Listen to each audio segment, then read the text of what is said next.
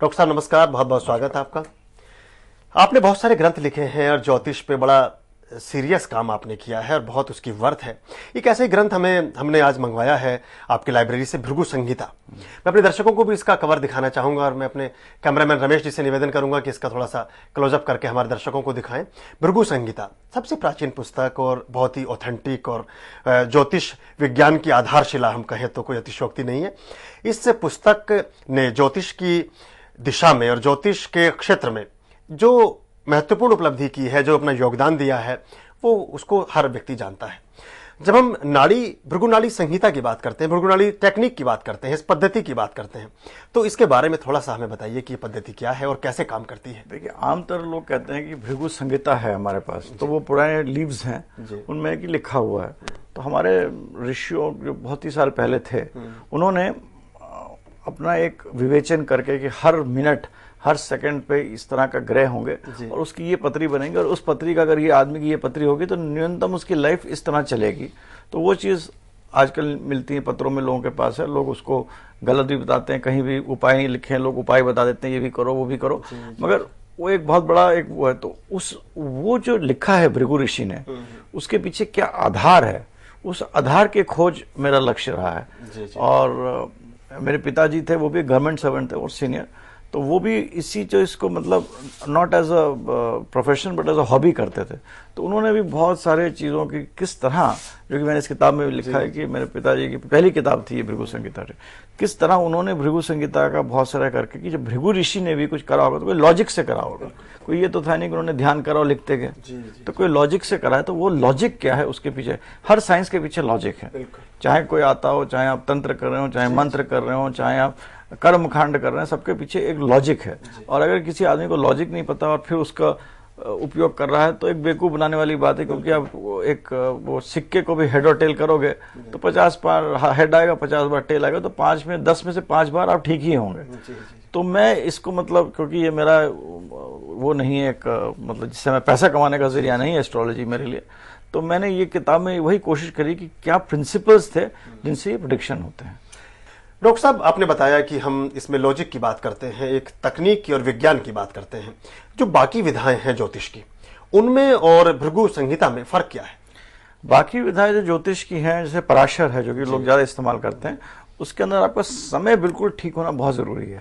जब समय बिल्कुल ठीक होगा तो उससे ही फिर आपके हॉरोस्कोप के रिजल्ट निकलते हैं। जो भृगु ज्योतिष है, इसके अंदर हमने गुरु और शनि को बहुत महत्व दिया है। और गुरु एक खाने में जहां पैदा हुआ 12 साल रहता है, तो गुरु एक 12 साल के अंतर में बताता है क्या चीजें घटित हो सकती हैं। और वही शनि जब चलता है, जो शनि कर्म का मालिक होता है, जब वो अपने ट्रांजिट में चलता है तो वो चीजें होती हैं तो वही घटित होंगी। तो इसमें ये होता है, कोई पत्री हुई आपने देखा बड़े भारी राजयोग पड़े हुए हैं, तो राजयोग तभी फलित होगा जबकि गुरु अपने 12 साल का, इसमें 12 साल का मोशन होता है, अपने 12 साल के अंतर्गत हर घर में चलकर वो चीज दिखाता है। अगर वो शादी नहीं दिखा रहा है तो चाहे कितना बड़ा राजयोग पड़ा हो वो शादी नहीं होगी। अगर वो धन नहीं दिखा रहा है तो चाहे कितना बड़ा राजयोग पड़ा हो धन नहीं होगा। तो इसमें एक इस तरह का ये गुरु और शनि जो हमारे मेन प्लैनेट्स हैं जो कि हमें गवर्न करते हैं, वो बताते हैं कि आपके सागर में कितना है, मतलब एक गिलास में या आपके अंदर क्षमता क्या है, क्या हो सकता है। और उसका घटित होने में चंद्रमा, मंगल, शुक्र, जो बाकी प्लैनेट्स हैं जो हमारे इर्द गिर्द हैं, वो उनको हमें समय पर सहायक भूमिका अदा करते हैं। वो गुरु की बात, गुरु एक पूरे जीवन को जो भी हमारी क्षमताएं हैं, जो भी हमारी गुरुता है, हमारा ज्ञान है या जीवन को जीने की जो पद्धति है, वो गुरु हमें देते हैं। और शनि चूंकि डिसीजन कराते हैं, न्याय के देवता हैं और डिसीजन पावर है, पूरी टेक्निकल चीजों के स्वामी है, जैसा आप हमें बताते हैं अपने कार्यक्रमों में। इन दोनों का जो कॉम्बिनेशन, इनसे जिंदगी हमारी बनती है, संवरती है, पैसा भी आता है, डिसीजन पावर भी आती है।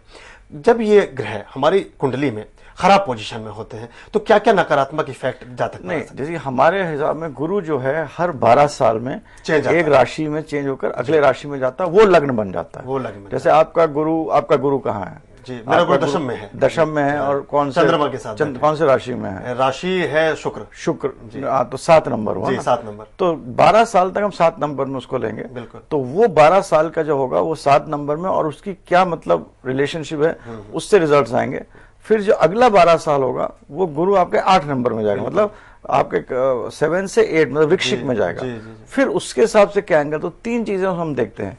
एक तो ये होता है कि आपका जो बर्थ चार्ट है, अगर उसमें टाइम ठीक भी नहीं है तो गुरु और शनि और बाकी प्लैनेट कैसे प्लेस्ड हैं, चंद्रमा को हम इतना इंपॉर्टेंस नहीं देते हैं। गुरु शनि कहाँ प्लेस, चंद्रमा रिजल्ट बताता है कब होगा। उसके बाद जो होता है, जो ईयरली हॉरोस्कोप होता है, आज की हॉरोस्कोप, और तीसरी चीज होती है जो इस समय हम बैठे हैं वो कौन सी हॉरोस्कोप होगी। इन तीनों को देखकर आप हम लोग रिजल्ट निकालना चाहिए, नहीं तो जो लोग खाली ऐसे चार्ट देके जल्दी जल्दी बताते हैं सब बकवास है। बिल्कुल ठीक बात है। और जब हम विज्ञान में जाते हैं तो उसको वैज्ञानिक दृष्टिकोण से देखना पड़ता है, और शायद इसी वजह से कहा भी गया है कि 12 साल में जीवन में बदलाव आता है। एक और कहावत बड़ी हमारे समाज में चलती है कि 12 साल में कुड़ी के भाग्य भी जाग जाते हैं। ऐसा भी लोग, उसी कारण होगा, इसी वजह से होगा। और अगर हम जीवन भी बड़े बड़े लोगों का जीवन देखें तो उसमें भगवान बुद्ध भी 12 साल बाद ही वो बुद्धत्व को उपलब्ध हुए।